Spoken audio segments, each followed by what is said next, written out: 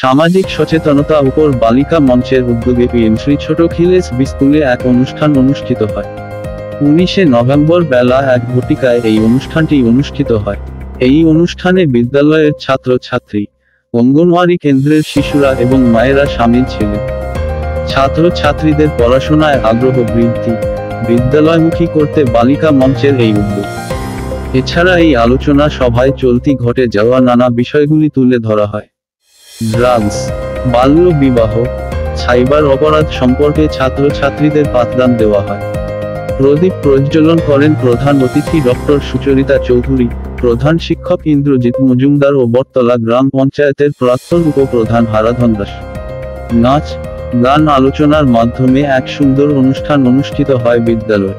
এই অনুষ্ঠানে 150 জন ছাত্রছাত্রীদের হাতে ছাতা তুলে দিলেন অনুষ্ঠানের প্রধান অতিথি ডক্টর সুচরিতা চৌধুরী।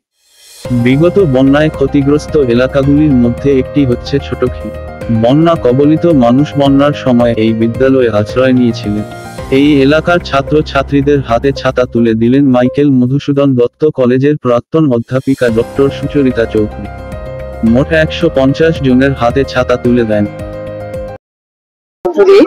আমি এখানে সাবরুম কলেজে অধ্যাপনার কাজে ছিলাম।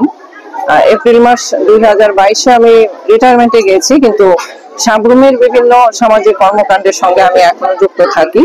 এই ছোট স্কুলে আজকের প্রোগ্রাম এখানে ব্যানারে আছে, এটা একটা অ্যাওয়ারনেস প্রোগ্রাম, বালিকা মঞ্চ যুক্ত আছে স্কুলের।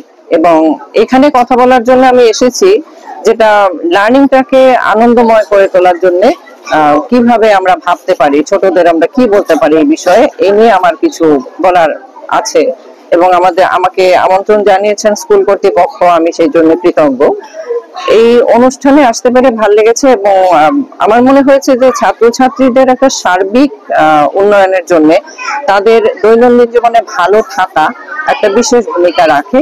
এখানে তো মা বাবারা, আত্মীয় স্বজনরা ভূমিকা রাখেন, শিক্ষক শিক্ষিকারা ভূমিকা রাখেন। সমাজের একজন সদস্য হিসেবে আমার মনে হয়েছে যে আমি একটুখানি যদি সঙ্গে থাকতে পারি, প্রকৃতির বিরোধিতার সঙ্গে থাকতে গিয়ে তাদের যে কিছু আচ্ছাদন লাগে, কিছু সাহায্য লাগে, তার একটা ছোট্ট মাধ্যম হিসাবে ছাতা আমার ইচ্ছে করেছে ছাত্রছাত্রীদের হাতে তুলে দেওয়ার জন্য। সেই কাজটা আজকে করতে পেরে আমার খুব ভালো লেগেছে।